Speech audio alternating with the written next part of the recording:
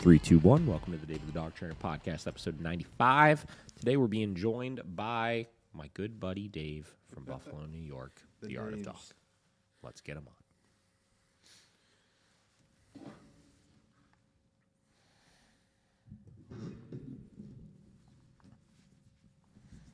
Almost there.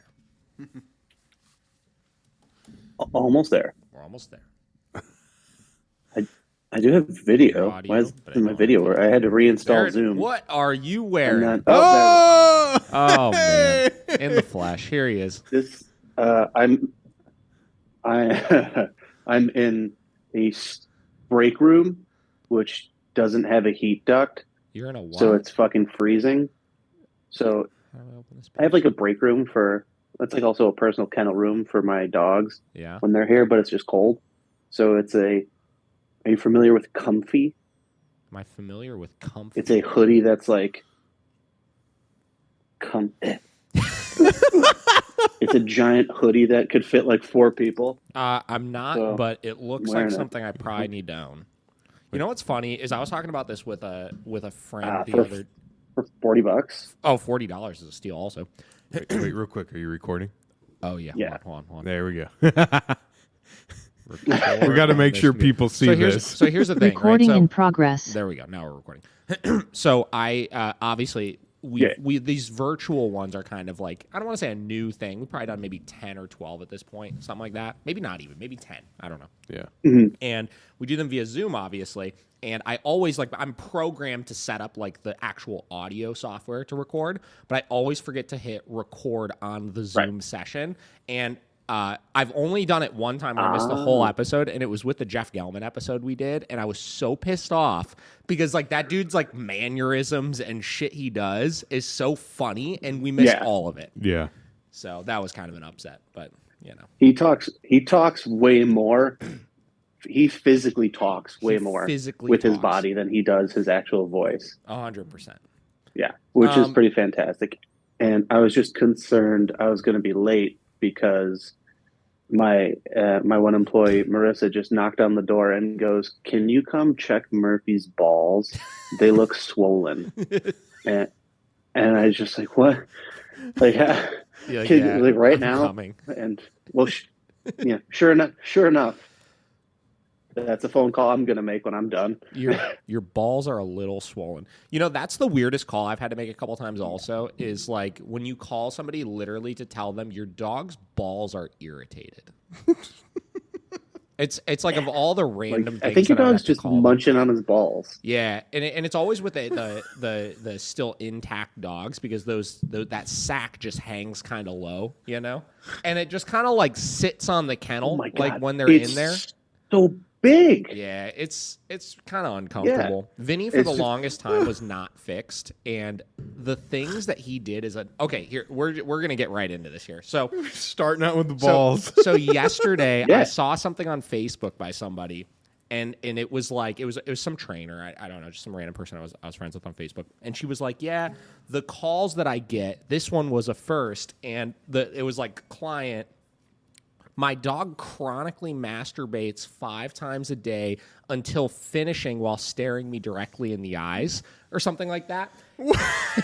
and I read it and she was like posting it like what the fuck? Like I've never heard of this in my life. And my brain immediately went to, oh yeah, Vinny used to do that all the time before I got him fixed. Dude, he would literally sit there and I remember first couple of times like Kate met him before, like we would be out on the patio and like he would just like get a hard on and just start like rubbing it against his belly, and then suddenly just little stuff kind of came out, and then he was done. Oh my God. And he would do it he would literally do it all the time. Yeah, and that's a part of the reason why I got him fixed was because he did that so much. I was like, I can't be having this. I can't be having you just shooting off your little guys all over my house.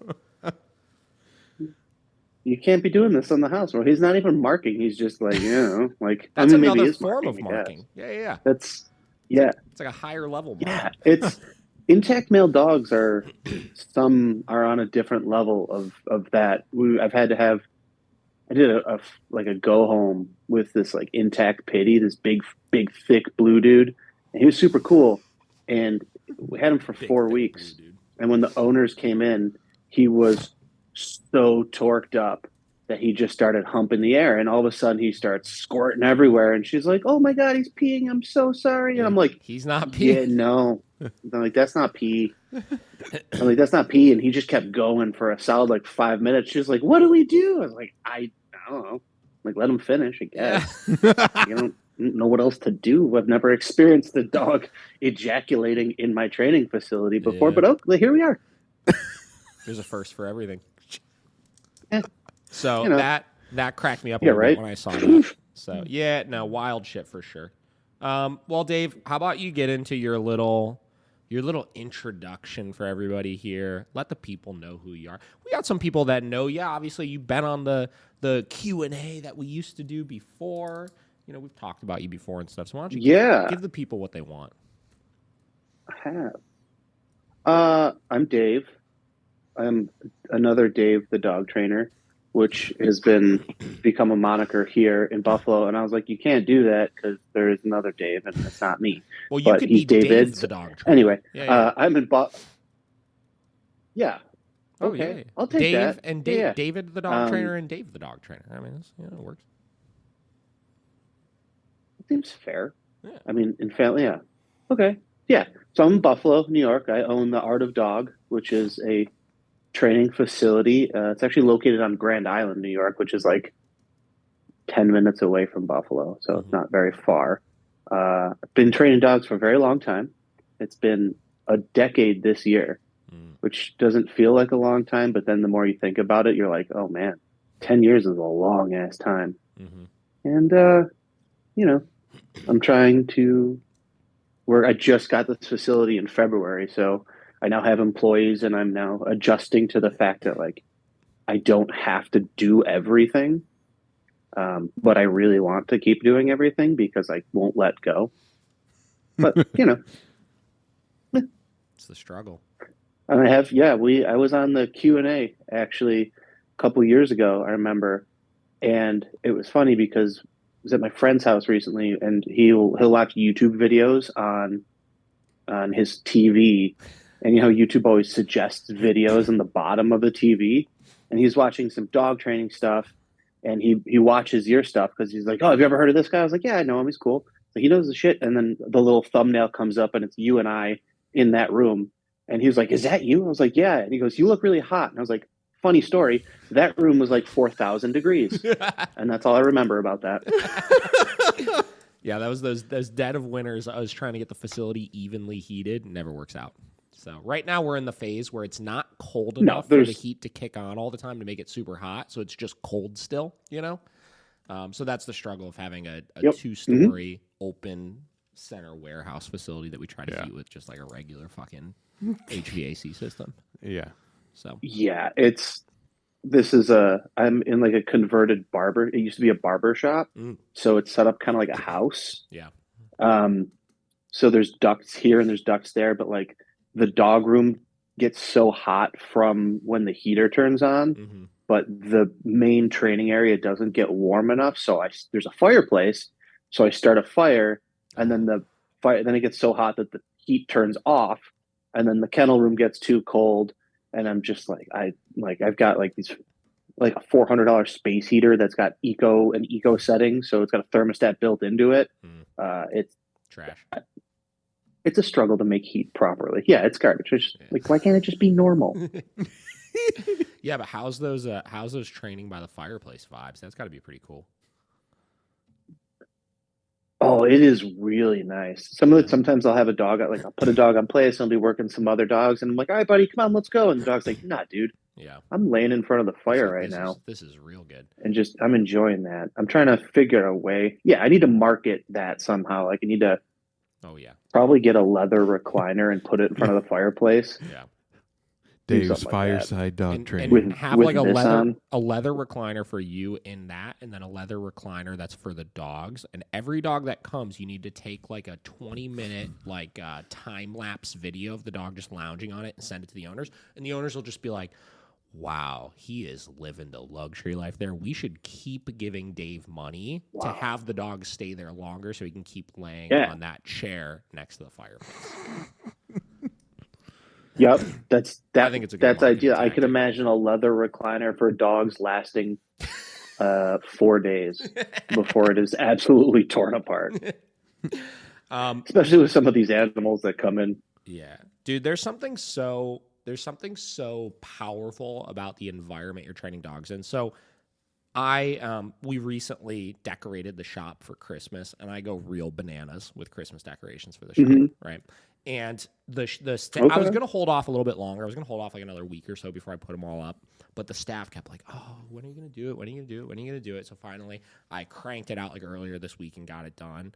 And every evening, like when like everybody's getting a little sleepy and like the dogs are going on their evening runs, we're trying to get our last couple training sessions in, we just turn all the lights off except the Christmas lights. And it's just like we're training dogs under this like twinkle, you know, this like Christmassy, beautiful twinkle. Ooh, yeah. And everybody just get gets those a little calmer. The lights that are icicles. Yeah, I'll usually put on like the Charlie Brown Christmas Special album, which is just one of the most moody, perfect albums if you want to just really chill. And it's a whole ass vibe. And then other times it's like, you know, it's summer and it's like a perfect 75-degree day out, and we'll just be inside and it's like a dungeon and the vibes are just nowhere near as good. Yeah. It's a cold, air-conditioned dungeon. It's like, I don't want to do this. No, like I should probably now you got me thinking. I want to do probably like a Nutcracker type vibe, where I'll have that leather recliner, maybe some classical music playing. Yeah, and then we're talking. I'm gonna ask my employees what kind of decorations they want. We put a bunch of plants up though to make it feel like more of a homey type environment. I like it. And at first I was like, yeah, this is going to be sweet. There's going to be cool plants. It's going to look good. And then I think every dog that's coming is like, oh, I'm going to piss on that. Oh, I'm going to piss on that. I'm like, all right. Well, thanks. Appreciate you. Not exactly how I thought it would go, but yeah, thanks. Literally just walked in today to do this. And I was like, is that piss on my plant? Like, yeah. Sure enough. And it's not really easy to clean a plant of piss. No, it's mopping a pot is. I don't know. Well, listen, man. Why can't I have nice things? We can't because we train dogs. Yes, right. So it's been a little while since we talked last. I think last time we talked, you had somewhat recently gotten your facility. You were doing some marketing and stuff like that. I think you just got like your first employee at that point. So how many employees do you have there now? Like, how's the operation been going? It's great. I have 2 employees, 2 trainers. They are wonderful. They make this thing run because, as you know, when you are owning a facility, most of your time is spent doing the administration part. At least that's what I'm doing at this point, doing a whole lot of admin part. Like if there's a night where I'm closing the shop, I'm basically on my phone or emailing people or typing something or figuring something out here. And then I also have a grooming room. So I have a contracted groomer, and she basically just pays me a rent for the grooming room. And we've got dogs coming in and out. And then we'll have, I'm actually just posted a couple ads for a kennel attendant because we're now reaching that point where it's like, I need my trainers to keep training the dogs. And like, if a dog goes to the bathroom in the kennel, I can't have you spending the 30 minutes to take the dog out, wash the dog, clean the crate, then get back to it. And then, then it's like, now you got to close the building. So trying to find that, which has been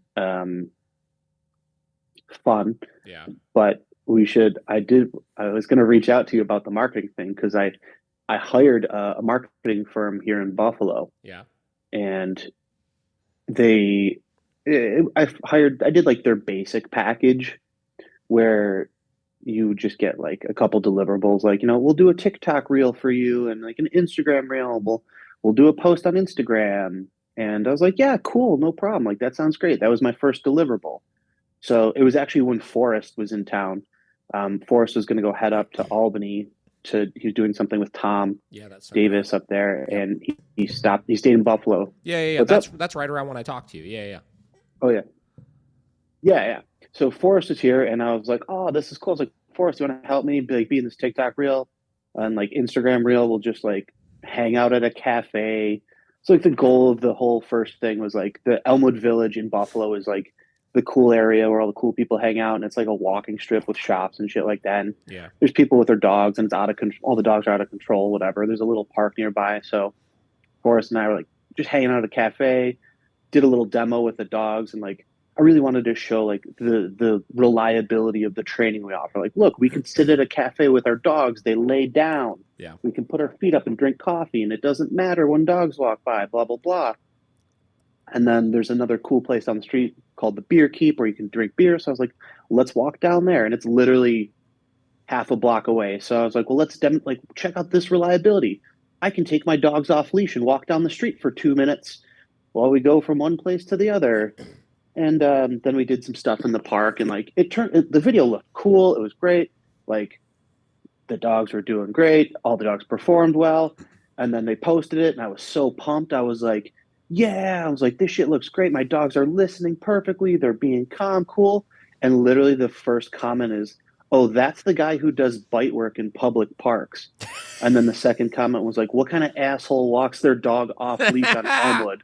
That's fucking dangerous. And I'm like, and then I was like, holy shit, like this is going poorly. Yeah. So like that started to become like a whole thing.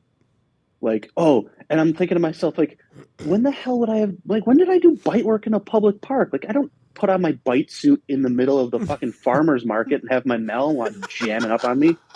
Like, what? So I was like, so I'm debating, and Forrest is like, man, you just got to let that shit go. And I was like, nah, dude, fuck that. You don't tell me I'm doing this when I'm not doing this. And, so then Forrest is like, well, just start hashtagging everything bite work everywhere. And I was like, all right, I'll do that. And then like this one dude in particular was like, my dog was attacked by dogs off leash on Elmwood, so you shouldn't be having your dogs off leash. I don't care. It's so dangerous. I'm like, dude, like, I'm just trying to demonstrate how reliable the training is. And like, look, my dogs have also been attacked by dogs off leash. So like, it's cool. I get it. I understand. Like, if you want, come to the facility and I'll socialize your dog for free. Like, just come on in. Like, come check out my shit and see what I do. I'll help you. I'm not here to just be a dickhead and encourage people to take their dogs off leash on a public street. I'm just showing you that the reliability of the training is there. Mm-hmm. And then it devolved even farther from there. Whereas I had a post and then someone was like, e-collars and prong collars doesn't pass the vibe check. And and my response was like, cool, I don't want to pass your fucking vibe check anyway. And then I was like, all right, I got to stop because I can't get involved in this. Dude, take shit too personally like when that. You get shit like that. And it happens from all ends. So like we had this girl on a couple times. Her name's Taylor. She owns a company, A Proper Paws, out in Utah, which is like basically she's like pretty much a force-free trainer, mm-hmm. right? Like she uses some Halties, but like she advertises herself. She is a hardcore force-free trainer, right? Super cool, whatever. I remember her sending me a screenshot one time because she blew up on Instagram. She got like 100,000 followers and everything. And she has people that comment on her shit and still give her hate, right? So like she had a video of like her personal dogs, and I think she had a slip lead on one of them or something, like because she's like walking it into her house, you know. And somebody commented on it saying that we thought you were a force-free trainer. Don't you know that like slip leads are abusive and choke dogs and this and that and blah, blah, blah. And it's like, you just learn anytime you post anything, there's going to be somebody that finds something. But that always kills me when it's like you post something and you're like, man, this one's going to be fucking good, you know? And then it just explodes, man. Yeah. And it blows up in your face, and I'm just like, yeah, this is cool. Yeah. It's like, this isn't how I plan on that going. Yeah. But I mean, we've then... the dude, that one Instagram account, Dog Training is My Passion. Oh, yeah. I don't know if you follow that dude. I don't follow him, but I know what you're talking about. His new thing is to just put people on blast. Like, he was like working one of his Malinois. He was like, he's a helper, and he was working one of his dogs. And someone was like, oh, like a real trainer would get that dog out by using food. And he's just like, what? He's like, dude, what are you talking about, man? He's like, have you ever done any helper work? Have you ever done any ring sport? And he goes, I don't know what ring sports are, but all I know is that you need, and it's like, okay, let's just stop here. Let's stop. You don't know what you're talking. But he just puts him on blast, and it's my favorite thing ever. Yeah. Like, So that's been my new thing too, is like if you post something dumb, if you like, I'm sure you get dumb messages all the time on Instagram or something else, like, oh, here we're doing an e-collar session. Like I was doing an e-collar session with a deaf dog, and I recorded a whole series about it. And people are like, how could you be putting an e-collar on a deaf dog and just electrocuting him for doing the wrong thing? And I was like, did you listen to the video where I'm talking about teaching the dog that the vibration means to look at me and pay attention to me? We haven't actually stimulated the dog in 2 weeks. Like, no, that's cool. Dude, I beat up on deaf dogs, Dave. That's what we do. I struggle sometimes with the, like, so you're talking like this guy that like puts people on blast. Like he'll get like somebody that comments something absolutely ridiculous and like make a whole thing out of it. Dude, I feel like every comment we get, I can make like a whole production out of as far as like talking about just how ridiculous the thing that this person said actually is. But I struggle with this, like, not getting too petty about stuff, you know? Because like I've been on some trainers' pages before where all it is them like defending themselves against like comments and like accusations of like abuse and neglect and stuff like that, and that's kind of daunting as well, you know? It's like, you know who's somebody that I feel like has kind of fallen into that trap lately is like Sean O'Shea. If you go on his page, it's a lot of him like screen grabbing comments on his page and then being like, well, this ideology is so bad because blah blah blah. And it's just kind of become this, like, you're no longer talking about the work you're doing. You're just kind of arguing all day long with people. Yeah. And that's the big You're thing. Arguing philosophy and nobody gives a shit. Yeah. Right? Like that's what I feel like those arguments are philosophy. Yeah. 100%. I mean, it is philosophy-based arguments, and it's like, you know, there's no true concrete like right or wrong to any of them either, you know? So it's like nobody's going to win the conversation. No. And then your page just gets filled with negativity all the time. Mm-hmm. What were you going to say, Josh? I was just going to say the big one that we had blow up was this TikTok that we made of this girl came up to like shadow him, and he did a nail trim video with her Malinois, right? Or it was a Malinois. A Malinois, yeah. And you know, he's just a drama queen. Yeah, drama queen, hold the paw, and it's just like, ah! And dude, the freaking comments exploded for like a week and a half straight. Like I was like, okay, you know, usually it's like, oh, these bunch of idiots, but they went extra idiotic on that, and I was just like, what is happening? Like, have we devolved that much that these people are really commenting like this stupid shit on here? I don't know. It's just like if you like really do focus on it, you'll lose your fucking mind. You know? 100% can. And then you look at somebody like you look at somebody that like could be a really controversial figure. Here's an example. You know the dog daddy. I fucking love the dog. Dude, daddy. Okay. Let me tell you, I love his, before you go any further, tracksuits and shit. Dude, like, that's what's up. The dog daddy is coming on the podcast next week. Oh, I'm dropping it here right now for everybody. I've got him locked in. He's locked in to come on the podcast next week, dude. It's going to be awesome. And I got him locked in for an hour and a half, too. So it's going to be sweet. Good. So whatever. So you look at somebody like him who is like a very controversial figure in the dog world, right? For whatever, you know, and frankly, I'll tell you truthfully, and this is what I'm excited to talk with him about. I don't really see why. I just think he's a really raw dog trainer, whatever. So he, you know, if you go in his comment section on stuff, like at least 65% of any of the comments he gets, and he has like well over 1 million followers at this point, right? Are people just bashing him and talking shit, calling him an abuser and this and that, right? And you know, once you get to that tier where it's like you have this many followers, you have to just ignore all that stuff. Like, there's no way you're going to go through and reply to hundreds of thousands of people and have these petty little arguments with it. So it's like on a smaller scale, you know, this is something I fight with back and forth is like, I want to be able to like debate all these people, and I'm okay with a little bit of healthy debate here and there. If somebody's open to having at least a somewhat polite conversation about something that at least isn't like saying like, oh, you're a piece of shit, you're a piece of shit, you're a piece of shit. Right. If you just want to debate, well, why didn't you do it this way or something like that? Like, I'll have that conversation with you.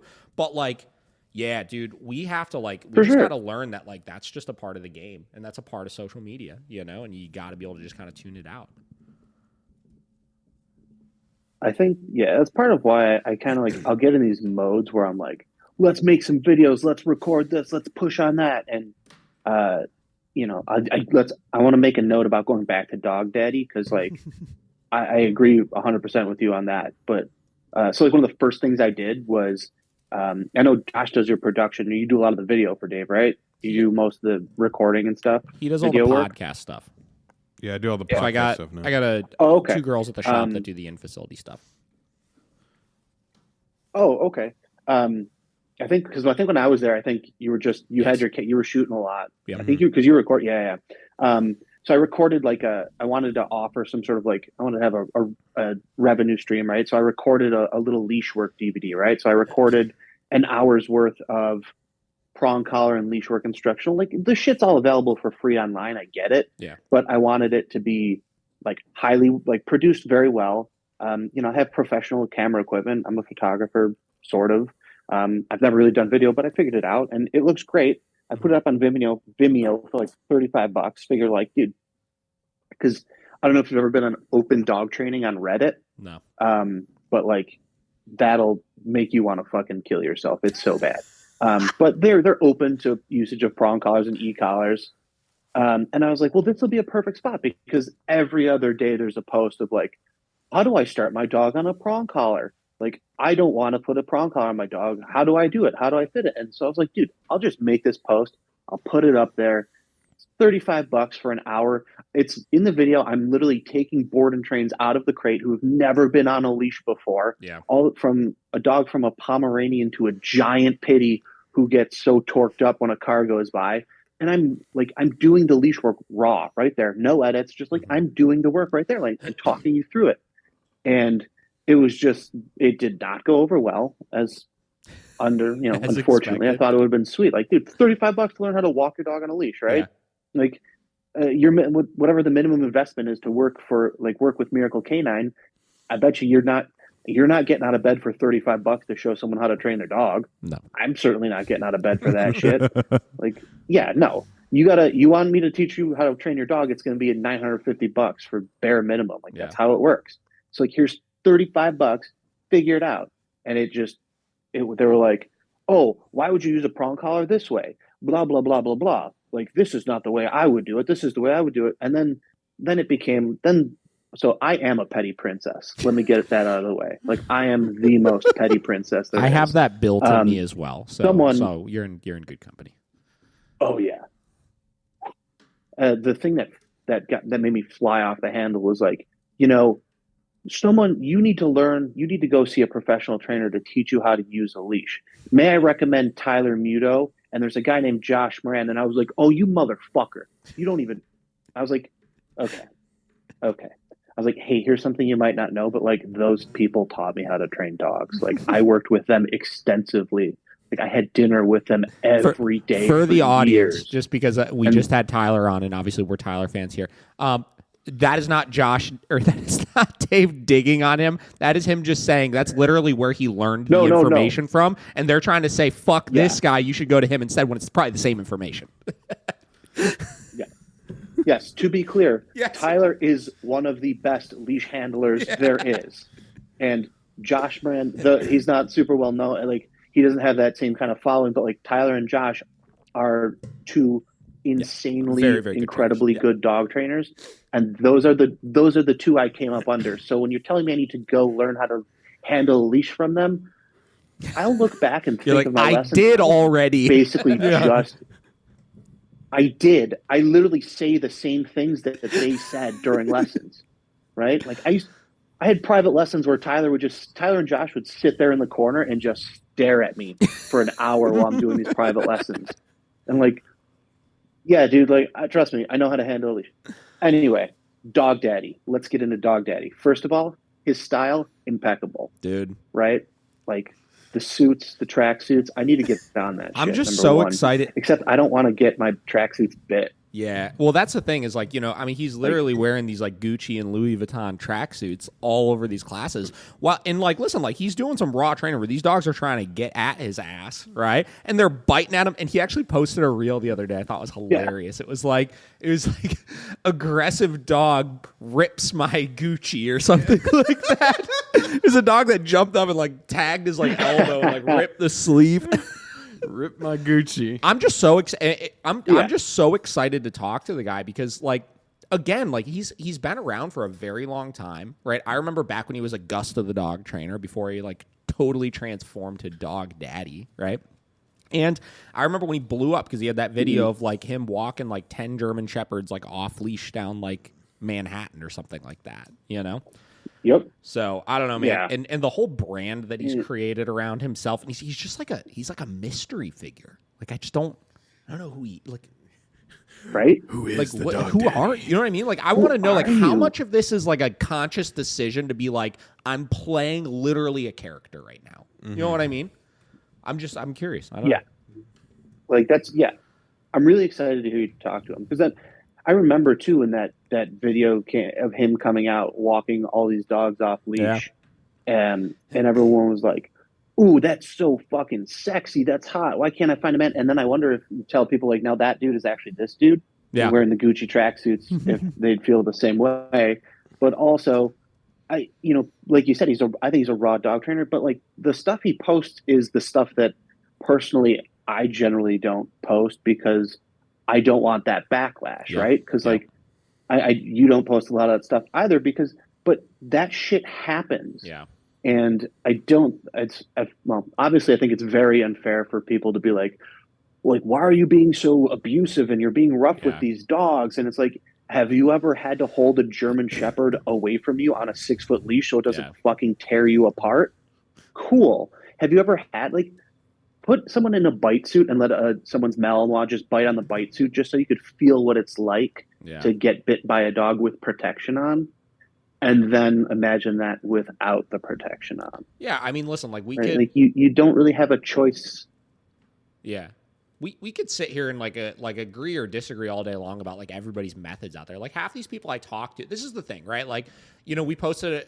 I don't do a lot of them, but we posted another like reaction video the other day to that Beckman dog training guy. I don't know if you've seen him around YouTube. Same deal. He's got like 400,000 subs or something like that. He does a lot of socialization stuff with his dog Prince, which is like a Doberman and whatever. Go watch some of his videos when you have a couple minutes. And I watched them, and it's very of the.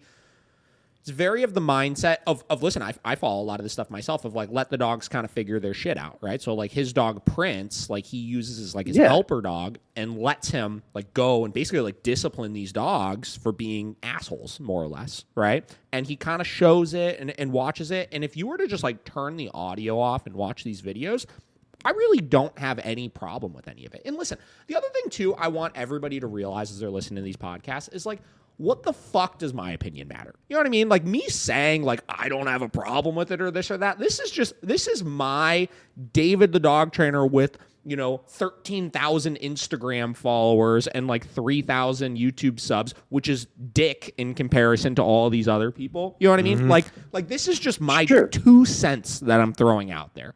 And the only reason why I'm throwing it out there is for the sake of conversation. Absolutely. You know what I mean? You hear that? Did you hear that? I did hear that. We have a little buzzing going on right now. I don't know how I feel about that. Oof. No, can't have that. That's yeah, but you're right. It's like I always tell people the same thing. Like, who the fuck am I? I don't know. Yeah. Like, I'm just a dude who trains dogs, and I know a lot about it because I do it a lot. Yeah. It's. But I'm gonna check that dude out. Yeah, I'm interested to see that. I like those reaction videos that you do, though. Can you hear that? The Zach George one got me fucking laughing. Can you hear that buzzing on your end? No. All right, hold on. It's just driving me crazy for a second there. Stop. Okay, I think we might be good. Okay, yeah. So what does my opinion matter, right? So like I'm reacting to these videos, and frankly, I straight up said in the video, like there was a couple times where I was like, that's stupid. Like I watched something and I'm like, my just like instinctual reaction I was like, well, that was kind of dumb what you just did there, in my opinion, whatever. But at the end of it, it's like, listen, like I don't have any problem with the training. My issue wound up being with like the commentary that he put over the training. I just didn't really think it was accurate to what was actually happening in the video. And again, that's just my 2 cents. And I got all these freaking and again, I thought I was pretty polite about it. I wasn't really like bashing on him too much or anything like that. It was just kind of, hey, this is my opinion on the training. I get all these Beckman super fans that are coming on, and like literally this one person's just like, you're wrong. I've watched every single one of his YouTube videos he's ever put out, and you're wrong. And I'm just like, I don't even know if there's anything to be right or wrong about. Yeah. It's just one of those things where it's like, but back to like, Dog Daddy and all these other guys. Like, I don't like all these people, right? Dog Daddy, right? There's plenty of things that I watch in his videos that I'm like, I don't know if I would necessarily do it that way, or I don't necessarily agree with that. Yeah. But it's one of those things. Much. Yeah, it's a bit much here and there, but like then you could look at it from his perspective of like his format that he sells is he goes and travels around the world, right? And does these pop-up seminars places where it's like, yo, bring your 17 people, bring your dog to this park, and I'll just one at a time roll through and work with each one of them, right? So when you're in that type of a format and you don't have the luxury of having weeks with the dog or tons of sessions with the dog, it's kind of the mentality of we're just going to get shit done right now. And though I don't do that all the time because we make people sign up for like a bare minimum of X amount of sessions with us where I know I'm going to be able to take my time with things, on the contrary, there's people that can sign up for virtual consults, and I do one virtual consult, and they come to me because their dog is like getting into the trash can or jumping on the counter or this or that. And it's literally just, let's just get this done. Just correct the dog, right? Go buy an e-collar, put it on the dog, and correct the dog when they do that. And it's like plenty of people can look at that and be like, how could you recommend that, they're going to put an e-collar on the dog without having any sort of other training and just correct for behavior and not teach anything and blah, blah, blah. And it's like, we work with the time we have. We work with the investment the client wants to make in the dog. And with that time and with that client situation, we come up with a solution for those plans. And that's it. And that's what he's doing, and more power to him for it. And if you look at his testimonials and stuff like that, that's the other thing that I look at. Like, the dude has happy clients, right? In addition to the 50% or 60% of people that don't know who he is, that are bashing him on these like million views, 2 million views, 3 million view videos, the dude has hundreds of thousands of comments of people like, oh my God, your page is so inspiring, or we came to your seminar and your methods helped, and it was like an immediate transformation with our dogs and this and that. And it's like, that's the only thing that I care about with this kind of stuff. For the dog trainer side of us, I like going and debating and critiquing and stuff like that because I think it's fun, right? And I think it's a way to kind of challenge ourselves to be able to dissect training and see what we like and don't like about it. But past that, from the standpoint of like top down, like trainer client, right? All I care about is if the people are happy. That's it. Hello. All right, yeah, this is going to work way better. Grab that mic real quick, Josh. All right, we're getting real fancy now. Well, when you screen record it, it'll do the audio too. Well, let's try this just in case. Okay. Hang on. Now we're getting fancy with things. Uh-oh. Yeah, now we are. No, oh, shit, now I'm pushing buttons on my phone. Oh, yeah, here we go. Okay, hold up. Good old Maybe. technical difficulties. Maybe we're watching. Yeah, Maybe him. we're working. All right, you're paused on your end. Hello. We can hear you. Hello. There we go. Huh? Can something work? Yeah, all right, here, I hear you pretty well now. Okay, there we go. Yeah. Sick. There we go. All right. Well, Sweet. This is gonna work better, I think. Okay, works for me. All right, sweet. Okay, so what? All right, so this is so ridiculous. It is a little bit. It is so ridiculous. Okay, so you were saying something about the Jeff Gellman and the bonker.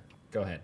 Oh yeah. So like as saying, at some point, we take in so much information and so many different styles of training that we almost forget to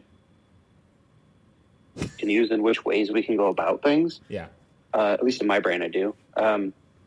When talking about the bonk and just correcting the dog and getting it out of the way first, I was like, oh man, like, why don't I do that sometimes, right? So just had a Weimaraner in that would just lose her mind when people would come in. So I was like, you know what? I'm going to try and bonk her.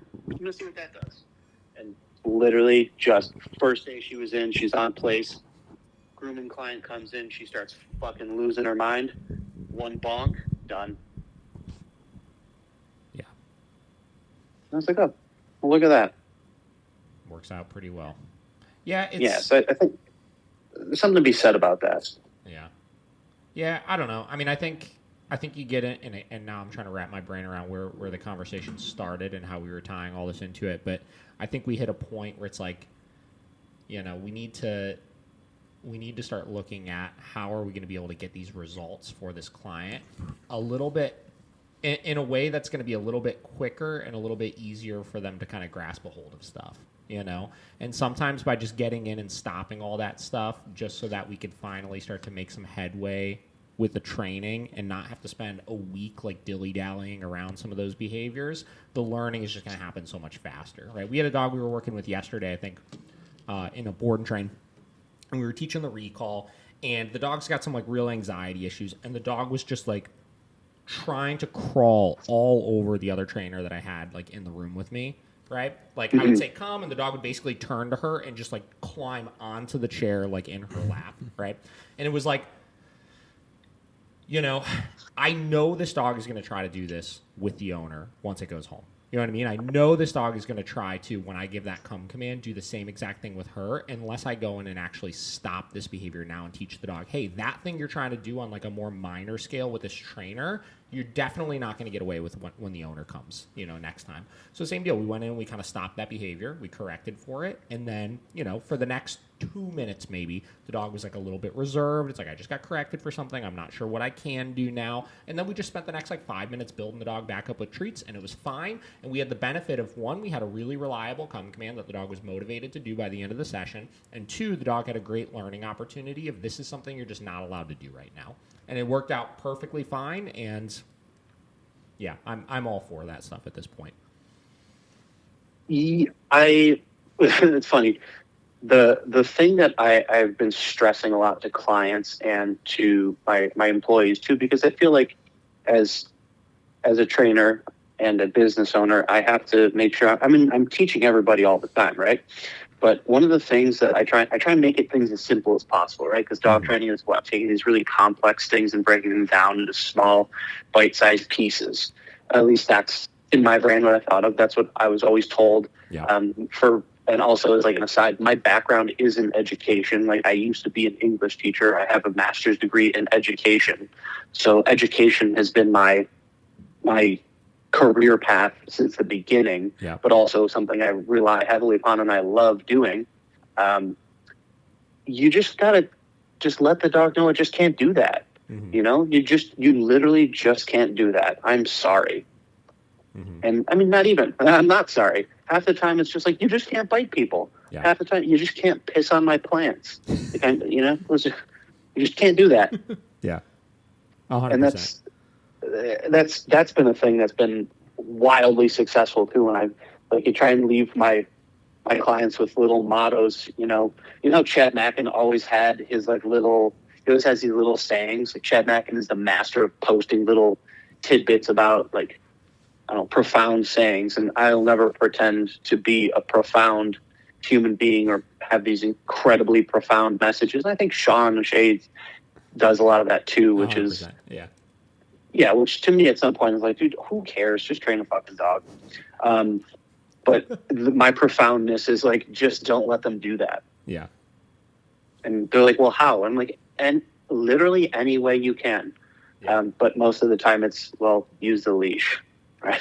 Use a leash, use an e-collar. It's like you're given the tools, and we're giving you the tools to make your dog successful. Mm-hmm. And I think that where me and my training staff really excel is,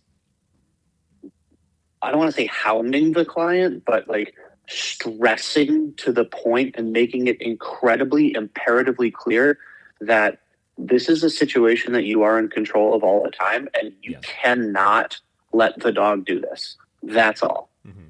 Like if you have learned nothing in the past 4 months or 4 weeks of working with me and your dog, don't forget that. I think the point that you just said about like you truly are in control of everything is so important. You know, I think a lot of people want to make so many excuses for why they can't get their dog to do something when all of these things, dude. I mean, I did a phone call with a guy yesterday, I believe, and he wants to sign his 3 dogs up for board and trains, but he wants to do it like 2 first, then the third like after the other 2 get home. And I was like, yeah, we could do that. I was like, what are your issues? And he's like, well, the third one, I mean, his first 2 had issues. He's like, yeah, I want to do board and train, whatever. I was like, that's fine. The third one is just like a young dog that's having accidents all over the house. And he's like, I want to do a board and train. And I just told him, I was like, this isn't a dog problem. You know what I mean? Like your dog having accidents all over your house is virtually 100% of the time a supervision problem, and it's your fault, and you're in control of that, and you could, within a week, make sure that doesn't happen again, but you have to accept the fact that you are in control of that behavior, right? Because he was trying to say, like, oh, well, the dog's doing it because he's mad, or he's doing it because he's anxious or upset with me or spiteful or something like that. I was like, it just doesn't work that way, right? And even if he did, you know, even if the dog was mad that you were leaving the house or mad that you were going into your office for an hour, so it decided it needed to have an accent because it was mad, that still is something you're totally in control of, because it means that regardless of if they're mad or anxious or just doing it because they're a puppy, they're still just doing it because you're allowing them to do it because you're not supervising them, you know? In anything, even like off-leash dogs is a common one. I think a lot of people say that they truly don't have control over. And that one I'm empathetic to an extent, you know, like, you know, to an extent, yes, you can't control if an off-leash dog sprints out of a house at you while you're out on a walk. What are you doing over there? Right. What am I doing? Are you just licking your wallet? Yeah, there's a loose thread over here and it's pissing me off. So I was like looking over. I was like, it's like munching on his wallet. Like, we can see everything, man. Just munching on my wallet, bro. I love it. But yeah, so, you know, off-leash dogs, even though, like, yes, the 1 out of 10 times that it happens where it truly is out of nowhere is kind of a not your fault, out of your control situation. But a lot of the 9 out of 10 times that I see it happen at parks or in public spaces and stuff like that, it's always happening in an area that you know is predominantly where people let their dogs run off leash and play. You know what I mean? So we could, if we're going into that area knowing, like there's a couple places around us, a couple parks that are like the quote unquote like dog park, you know? And if we go into those areas knowing that this place is where people take their dogs to run and play off leash, the probability of an off leash dog running up to me is so much higher than if I were to just be walking through the neighborhood or walking in a populated park that is very strict about their leash laws or something like that. So you can control it by just avoiding those areas. And a lot of people are like, well, I don't want to have to avoid those areas. It's like, yeah, but you could, you know, what's the give and take of it? Of like, you know, I don't want to have to have my off-leash dogs run up to my dog, but I don't want to avoid certain areas. It's like, well, which one is worse? You avoiding an area or off-leash dogs running up to you all the time? And you have to be able to have that conversation with yourself and admit that I can control making sure this probably doesn't happen at the risk of me just maybe not doing all the things that I want to do. That is that's the thing. I just made a gesture of shaking my hands because I don't know if people are going to see that, but yeah, like I don't want to do that. Well, look, I understand you might not want to, but again, you have this choice. Weigh it out, right? And that's the thing. Being empathetic to a client is, I feel like it gets more difficult as the longer we do this, because we have this knowledge of like, well, yeah, like sometimes dog training is as simple as just like, don't put your dog in that situation. Yeah, right. For sure. The dog barking out the window. You have your couch in front of a window. Your dog barks in front of the window, like barks out the window while sitting on the couch. Like, okay, save yourself $1,000 and just move the couch. Yeah. Right. But one thing that I've been trying really hard to do is like when people are like, oh yeah, you're really just training the owners. And yeah, we are training the owners. We're training the owners to make better choices. We're also doing a lot of work with the dogs, so the dogs can also make better choices. I always try and make sure I try and tell clients like with going to the bathroom in the house, like, yes, it is your fault, but you just don't know any better. And how can I be mad at you for not knowing any better? Right? Yeah. It doesn't make sense. You see a lot of trainers just bagging on people because like, well, it's just so simple. Like, why are clients so dumb? And it's like, well, they just don't think the way we think because their life isn't surrounded by what we are surrounding our lives with. Like we deal with these similar problems all the time. And when you were talking about getting attacked by all the Beckman guys, I started getting attacked by Tom Davis's crew of like lovers, like the dudes that are hanging on him because like Tom does a really good job of marketing his shtick and his whole thing. his no bad dogs crew, whatever. Like, I'll fight you. There are bad dogs. Sorry, homie. Like I will fight you on that, and I will win. But he posted a video recently, and it was like, this dog's out of control, and it's all the owner's fault. Like, that was the caption on the video. And I'm sure the owner knew it was partly her fault that the dog was out of control. Yeah. Right? Because you raised it that way.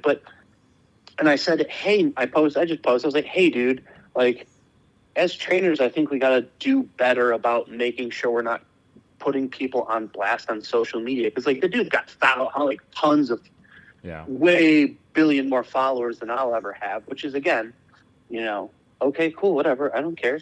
And then everyone was just like, sometimes people need to hear that, and that's what they need to say. And I was like, yeah, okay, sure, but that's a private discussion you have with the client paying you that money. Yeah. Right? I know my client, one of my clients, most of my clients wouldn't be pumped if I posted a thing on Instagram of their dog and them, and it was like, your dog's out of control, and it's their fault. Yeah. And then, then he got in and was like, hey, bro, it's just the internet. Don't take things so personally. And I was like, man, if there's one thing I don't take personally, it's your shit. But I feel like that's one thing that Tyler really like, one thing I learned a lot from Tyler was, like, we have to change the culture of training and trainers. Because that's one thing, you've talked to Tyler a ton, Tyler well. That's what he's always been about, is trying to change the culture of dog training and trying to change the training, the way trainers interact with clients. Yeah. And to me, that was like that. I would never usually post on any other dog trainer's thing like that and say and like criticize their thing, because obviously I'm opening up myself for criticism, which, I'm a sensitive boy. I'm wearing a leopard print comfy, for Christ's sake. But I just had to, something compelled me to be like, dude, you shouldn't be calling clients out for marketing. And he's like, it's just for the internet. And I'm like, I don't really give a shit if it's just for the internet. Yeah. It's just not, it's not sweet. It's not cash money to do that. Yeah. And, I wouldn't do that. I'll call a client out if I do this all the time. Like, if I see a client walking down the street and they're doing something wrong that I've taught them, I'll pull over and be like, hey, is that the way I showed you how to walk a dog? I've done that a few times. And, yeah. But it's not cool. But then one of the followers was like, Tom's got hundreds of thousands of followers and you got 3,000. I was like, okay, that has nothing to do with this conversation. Yeah. But, I think the point whatever. of the point of the owners and, like, again, we know most of these things are owners' faults. All right, we know most of the problems are the fault of the owner. But, like, especially when you have a big following, you posting things like that. Like, I've had clients even that I've posted videos of their dog and things that I've done, and I've had people come and explode on our page again. Random, force-free, this, that. You guys are doing such a terrible job, and you're abusing dogs and this and that, blah, blah, blah. And then owners come on and they see that and they get so upset by that, right? They take it so personally because it's their dog, yeah, right? Mm-hmm. Then tack onto that, if there was a huge amount of people going on being like, gosh, yeah, that person really should have known that. They're so dumb for making this happen in the first place, blah, blah, blah. Of course they're going to take that personally, because when I have to, like, really lay into somebody and be like, yo, listen, like, you really are screwing this up right now and you really got to get it together with things, which we have to have those conversations from time to time with people. There's a degree of personalness that goes into it when I'm talking to them, right? And this, like, hey, we're together right now, and you can see that I'm not angry at you, right? I'm just trying to help you through this. And when something like that goes on, and it's like I make a video with, like, a clickbait title or something like that talking about this owner totally screwed this dog up or something, it becomes clear then at that point that this is no longer about you. It's about me marketing your basically stupidity for the sake of views. That clout. For clout. And that didn't sit well with me, because, like, yeah, dude, when I was with you, I came up there a couple years ago for those. Obviously, I don't think we've talked about but whatever.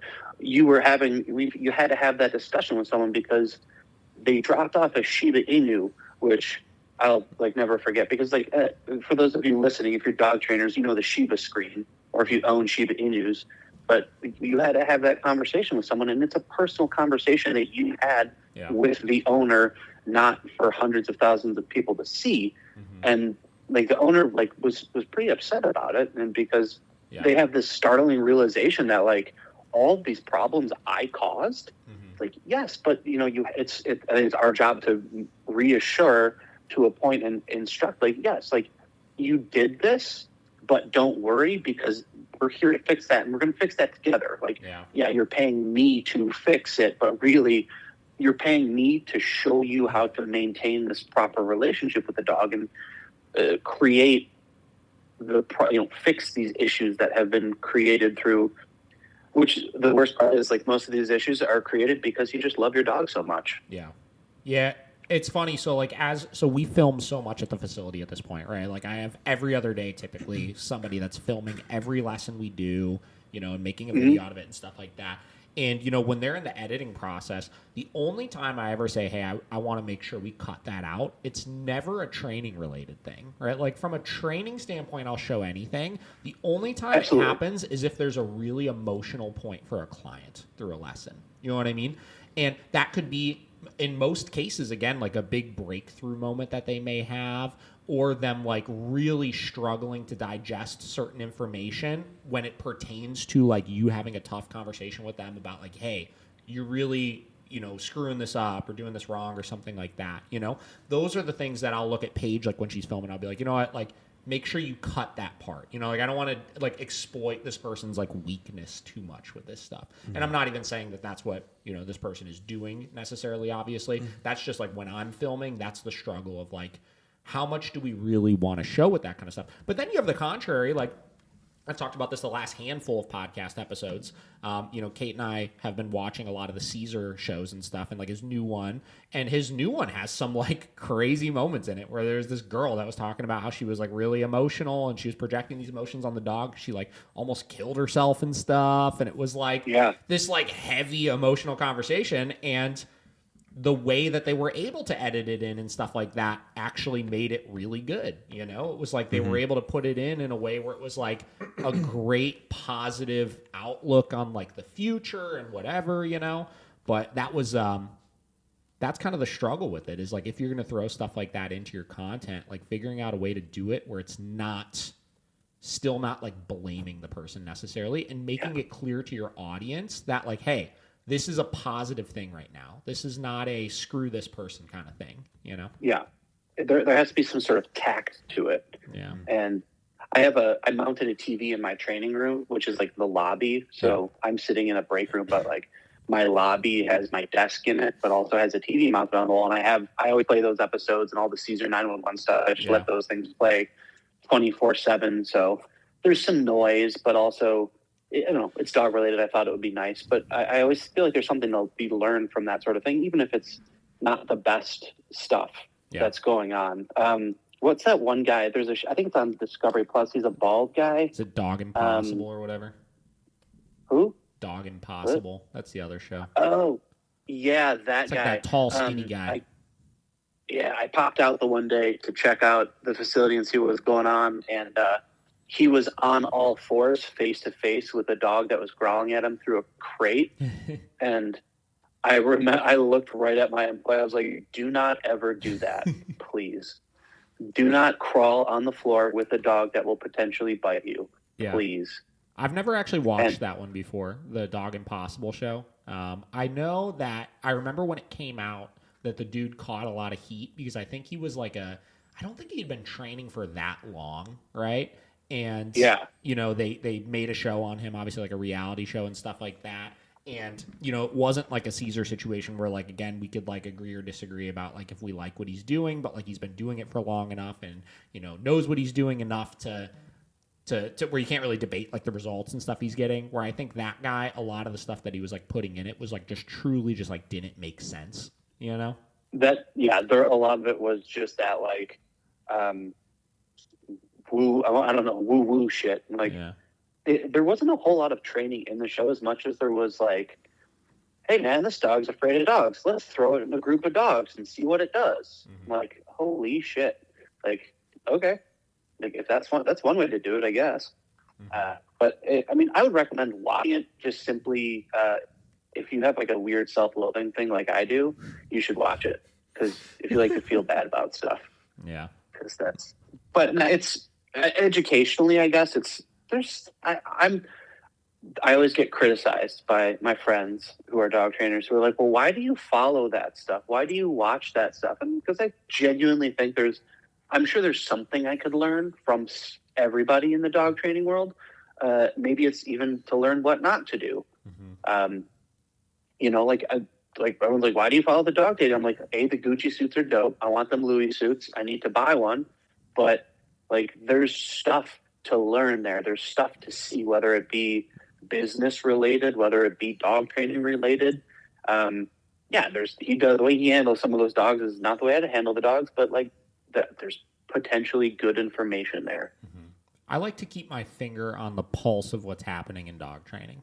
I feel like you get too in your ecosystem, where again, regardless of how anybody's doing it, like I want to understand just what's happening in this industry, and I'll throw my, again, 2 cents that nobody really gives a shit about in from time to time as far as what I think about those types of things. But I want to at least understand it enough where if I like it or I don't like it, I'm able to clearly articulate why I like it or why I don't like it. And that's why I like doing those reaction videos, right? And again, people, give me some shit for them from time to time, because again, I do get a little fired up every now and then. But like, it helps me to be able to, like, as I'm watching this and formulating my opinions, talking it out loud helps me be able to really understand why I like or don't like those things. Or if I just start rambling and just like talking shit, I could look back at it later and be like, well, actually that reason that I said right there didn't really make a whole lot of sense. Yeah. Maybe I was just acting rashly or emotionally there, So that's why I personally like following like all these different pages, even ones that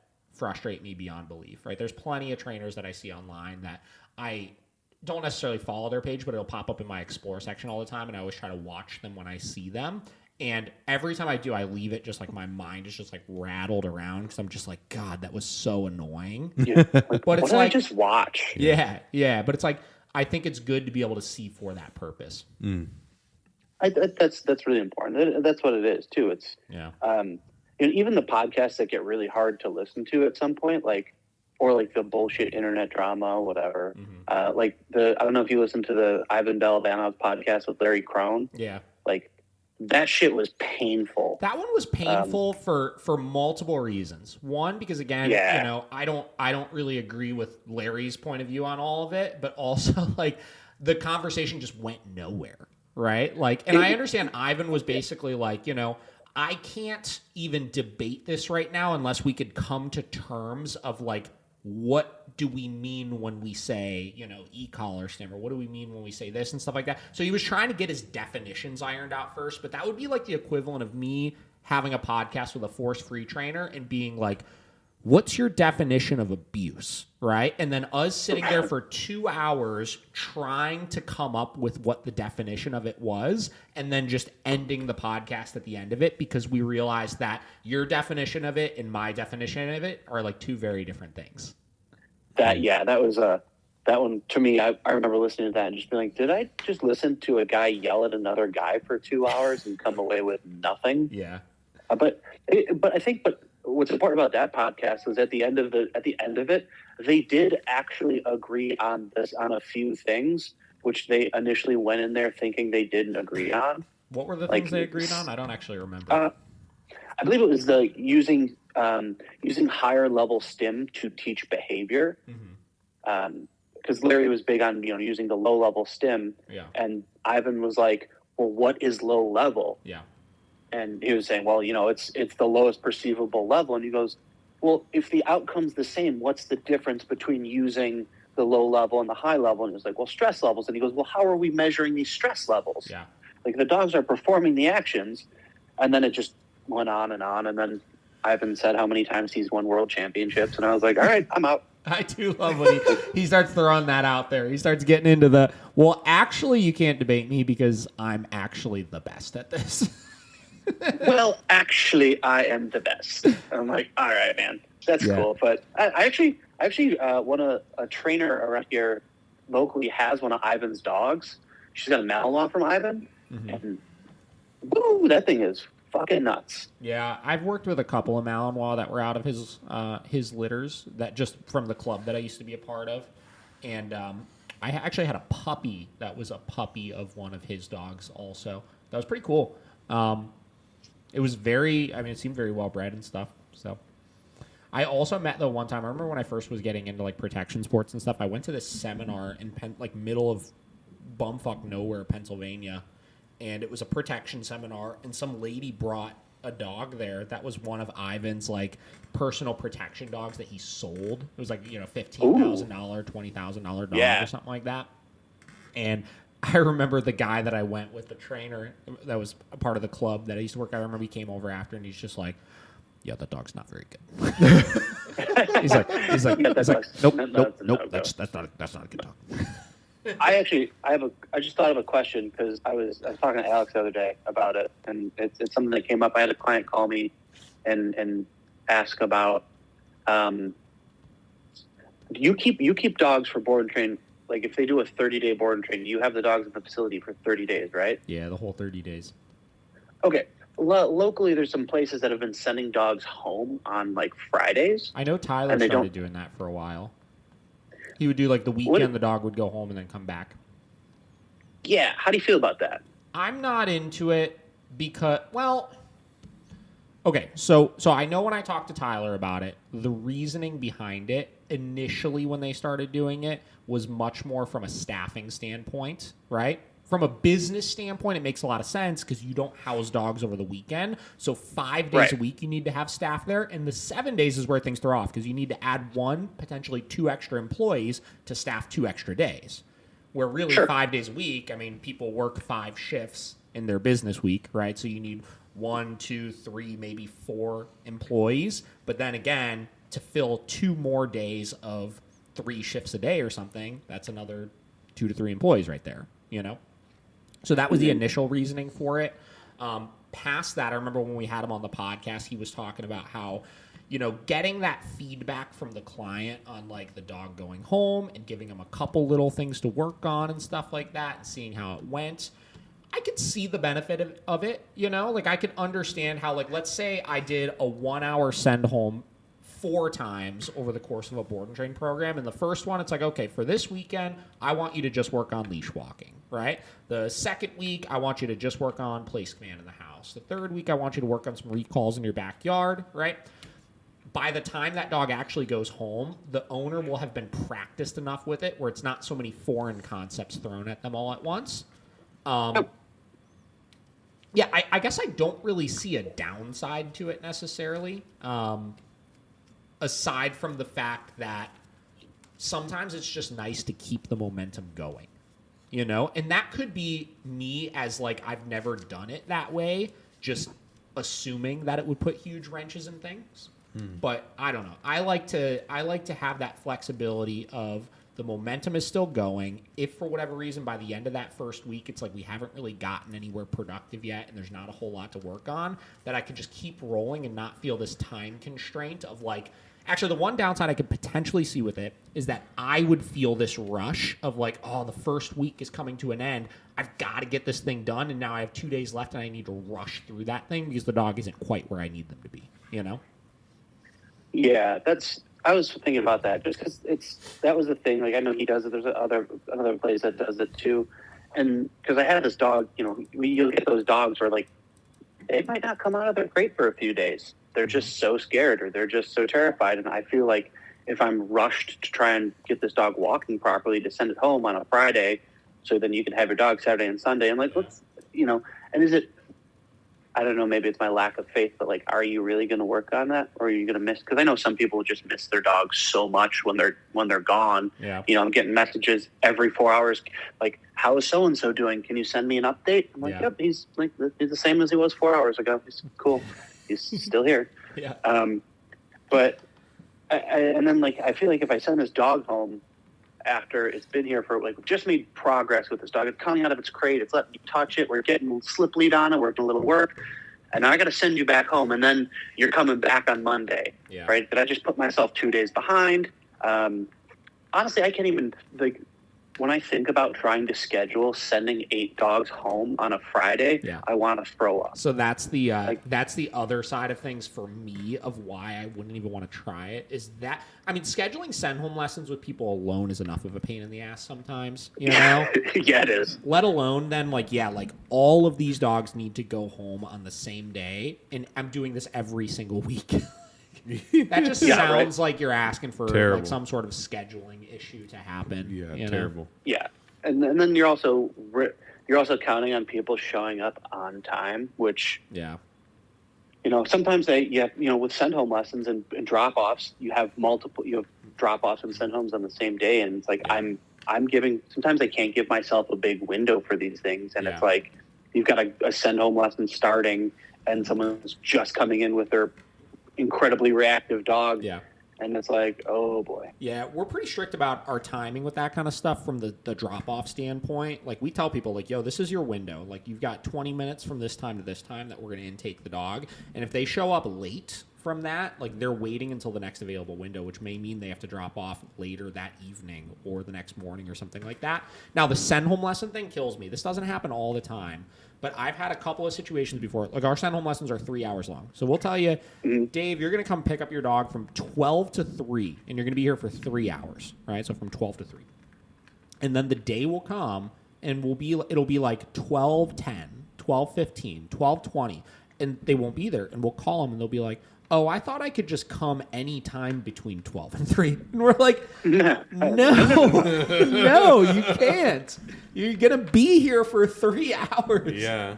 Or we'll have some people that they like forget that there's a send home lesson. Like they'll come and they'll be like ready to pick up the dog and just dip out. They'll be like, oh yeah, training's just done. I'm just here to pick up my dog. And we're like, oh, you need to be here for 3 hours. And they're like, what? Like, I wasn't. I can't do that right now. I gotta go rush and do this or something. And we're like, well, you can't just like come get the dog. Like, you gotta come back later, dude. There's a little bit of work to be put into it. Yeah, and that's I don't like when I get when clients do come and I'm like, yeah, we're gonna be working with your dog when you get here. So like, it's like 3 hours for me as a send home lesson. That like, I like to talk to you about that off air, quote unquote. But we'll schedule time for that. But because like. I've done so much work, like recording, like I have a sheet written up of like how like explicitly like from 8 a.m. to 9 a.m. This is what you should be doing with your dog when it's home, like for the next couple of weeks. And I spent a couple weeks recording and editing videos of the behaviors of like what place should look like. You know, each video is about 15 minutes long of me telling you what places, what leash walking is. These are the exercises that you're going to use for leash walking. So I want my clients to have reference material for when they go home, right? So then my go home lessons tend to be about an hour where we run through everything, because there must have been a time in my career where I had a bunch of clients in a row just like, you know, rushing you through that go home lesson, like, hey, yeah, okay, cool, yeah, oh, that's a recall, cool, I get it, cool, what's place? All right, show me place. All right, let's walk the dog.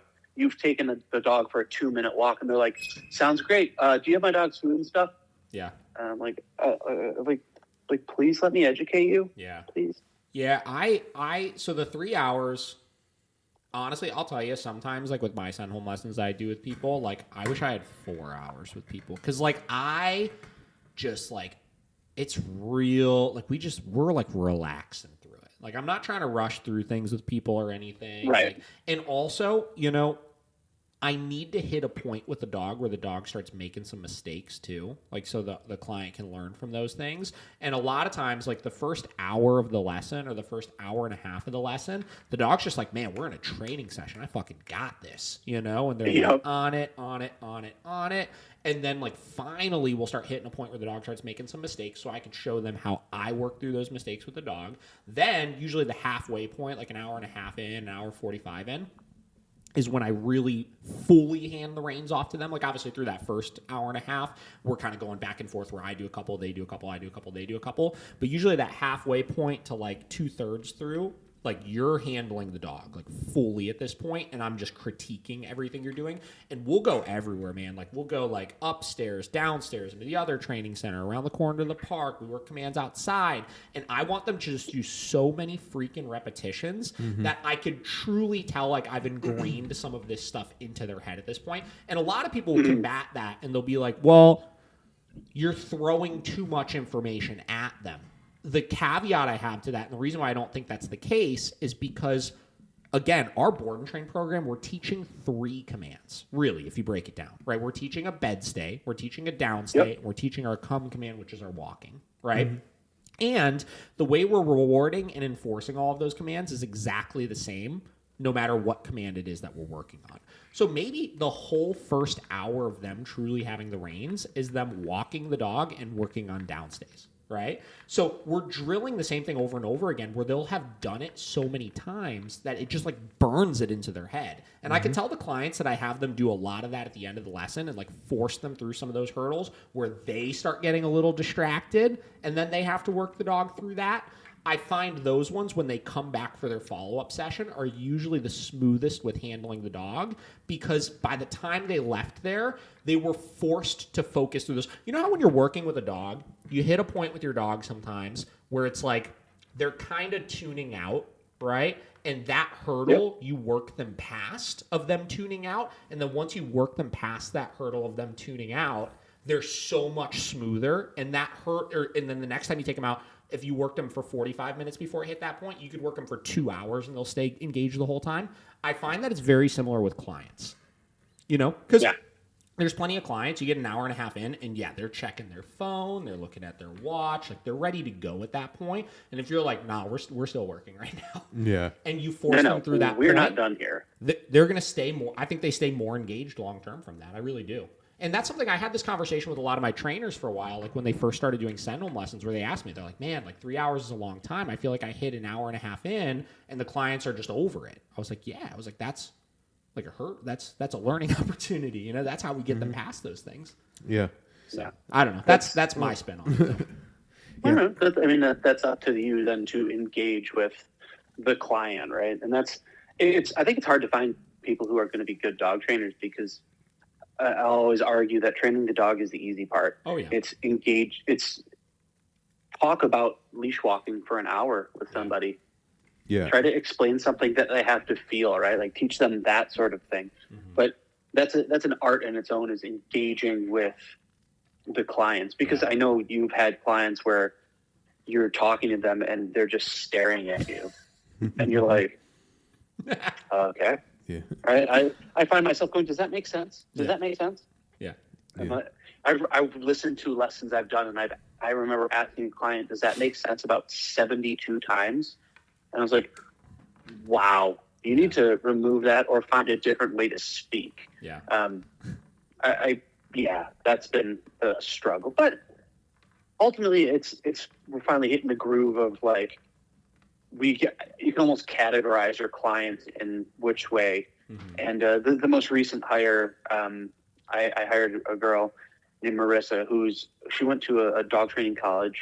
I forget the name of it. I think it was like in Indiana. So it was really nice because she was able to just sort of step in to just train, and I didn't have to do too much of like, hey, this is how we hold a leash properly. This is how we walk dogs. Like, she had most of that already ingrained in her, and she was doing private lessons, and I was like, hey, I'm going to sit there and watch you do these. I will not interrupt you. I promise. Yeah. I will not, because that would be like, I don't want to make anybody cry and be like, nope, you're wrong. Hold on.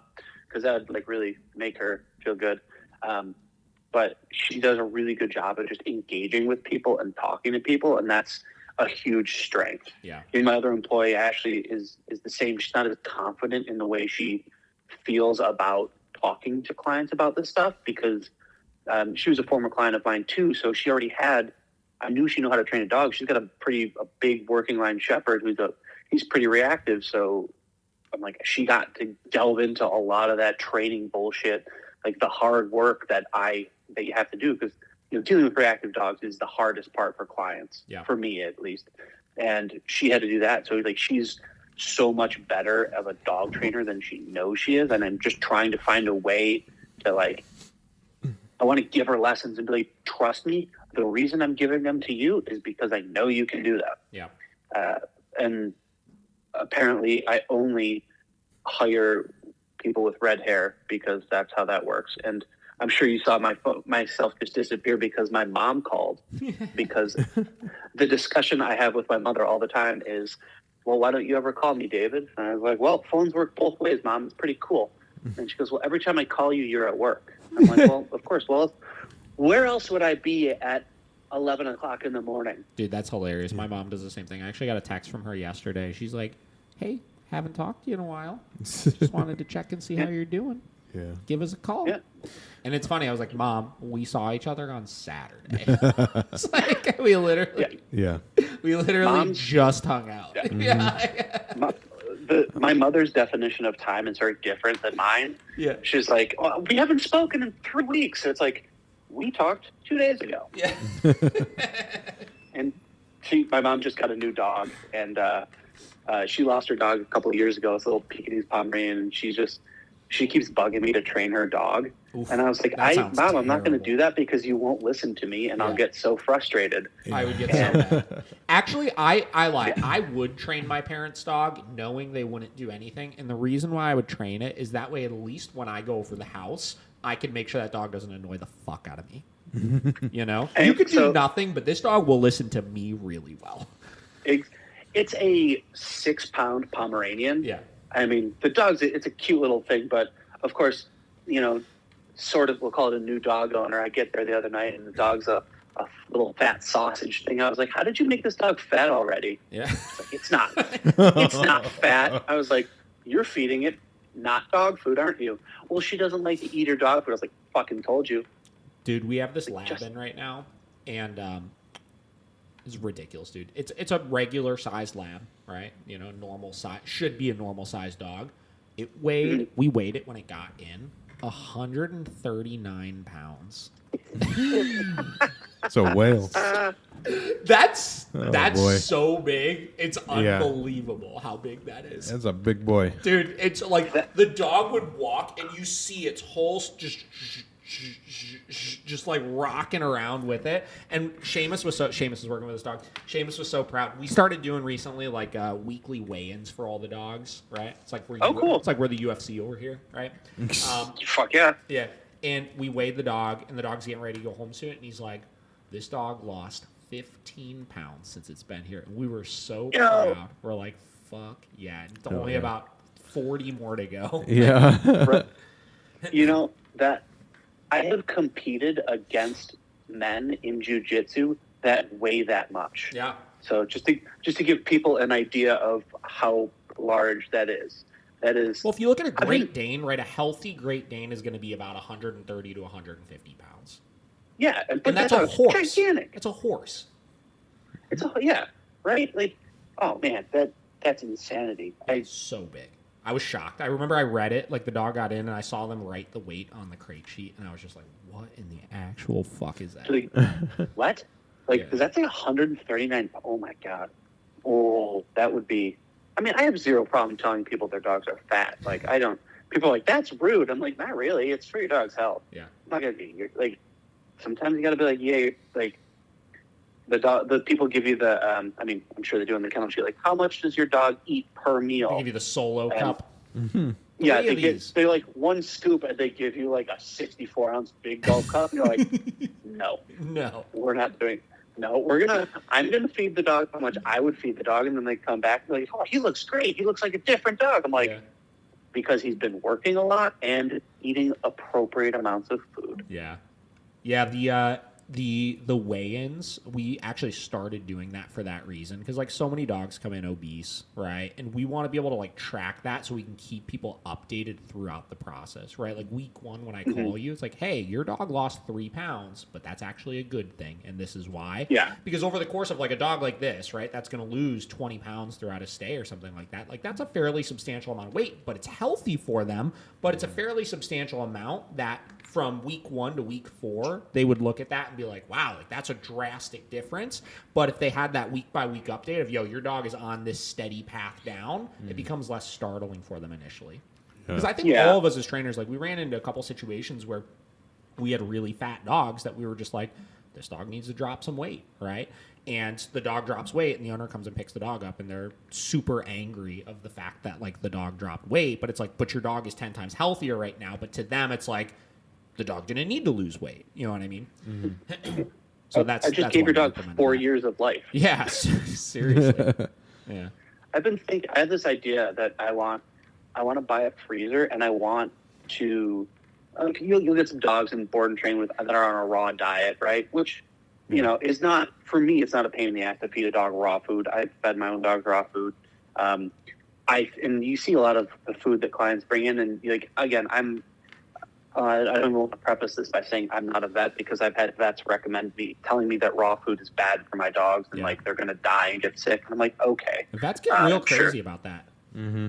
What's up? I said, sorry, you cut up. Vets get real crazy about the raw diet thing. Yeah, I want to like have raw food, and I want my dogs in board and train to be on a raw diet, because the benefits that I've seen with my own dogs and other dogs are in here, like the way they look, because dogs get dirty over board and train.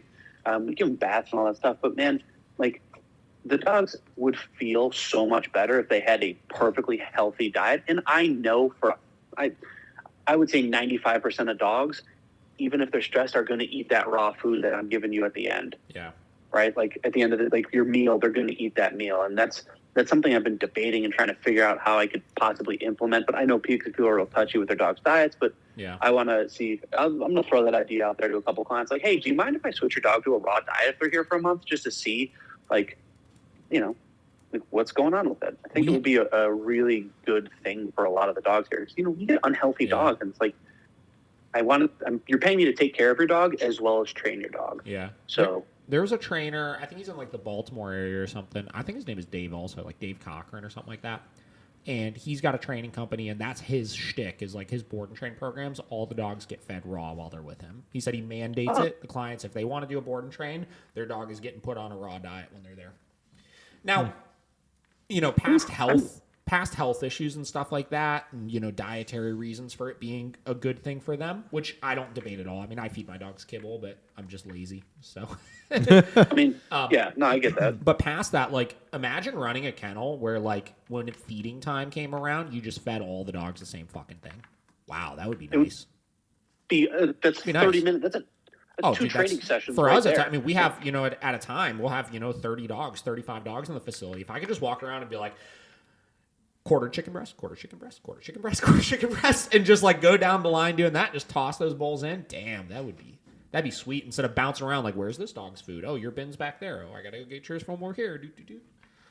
Or when you hit the bowl of food on the kennel when you're trying to put it in, and then you spill it everywhere. Everywhere, and then I always 100% of the time, if I do that, I'll just let out a really food motivated dog and just be like, go pick it up for me. Yep, that's what I do with my dog. Oh man! Yep. Get yourself a little snack. Like, we are doing some nose work now. Yeah. Go for it. Hell yeah! Sweet. Well, Dave, you got anything else you want to add to things? We had a little technical difficulties in the middle. We'll have to do this again once we get that ironed out. I got to figure out what the deal is with that. I'm going to do some experiments with Zoom once we get off of this. But we wound up working it out. It worked out. Yeah, dude. We'll work it out. We may work out. I don't know. If anyone wants to get a hold of me, if anyone's in the Buffalo area, my website is buffalocanine.com. My name's Dave. I own The Art of Dog. I stole the name from The Art of Jiu-Jitsu from the Mendez brothers. It's no big secret. If you have questions, whatever, reach out. I'm on Instagram, of course, The Art of Dog. There's an underscore between all the words. And I'm happy to help. Just reach out if you have questions. If you want to train your dog, contact me. Always around. Hell yeah. Well, it's good talking to you always. We were holding off on doing this one with you because I even told Josh this the other day. I've been wanting to come to Buffalo and just do it in person, but I just don't know if that's going to happen anytime soon, so I'm glad we got you on. Well, thank you for that. I'm glad I got the phone call. But for let a cat out of the bag. I got Forrest coming again next spring. Oh yeah. He's gonna be here for a weekend again. Oh yeah. So I'll let you know. We'll try and plan that out and try and get. Sure. We can do a live thing with everybody. Yeah, that would be awesome. You have to wear that though. It depends. So when he was here in May, we had one day that was 45 degrees, and the next day was 75, and like we're supposed to get 3 feet of snow tomorrow. I saw that. Yeah, I saw it because the Browns game is out there this weekend, and everybody's saying how they're just going to get hammered while they're playing. I'm about it. I don't mind. I got a giant truck. I don't care. Yeah. Hell yeah. All right, man. Well, we'll catch you on the flip side. Awesome, dude. Thanks. Yeah. Yep. See you. See ya.